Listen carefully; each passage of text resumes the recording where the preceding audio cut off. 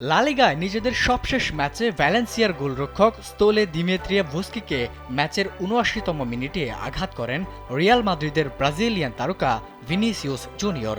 ফলে ভিনিসিয়াসকে লাল কার্ড দেখাতে বাধ্য হন রেফারি। লাল কার্ড দেখানোর পর ক্ষিপ্ত হন ভিনিসিয়াস, তেড়ে যান রেফারি সিজার গ্রাদোর দিকে। শুক্রবার ভ্যালেন্সিয়ার বিপক্ষে সরাসরি লাল কার্ড পাওয়ার পর শাস্তি হিসেবে তাকে ৪ ম্যাচের নিষেধাজ্ঞা দেয় রিয়াল স্প্যানিশ ফুটবল ফেডারেশন। তবে অল্পতেই বেঁচে যাচ্ছেন এই ব্রাজিলিয়ান। ৪ ম্যাচের জায়গায় ২ ম্যাচের নিষেধাজ্ঞা পাচ্ছেন রিয়াল মাদ্রিদের এই তারকা।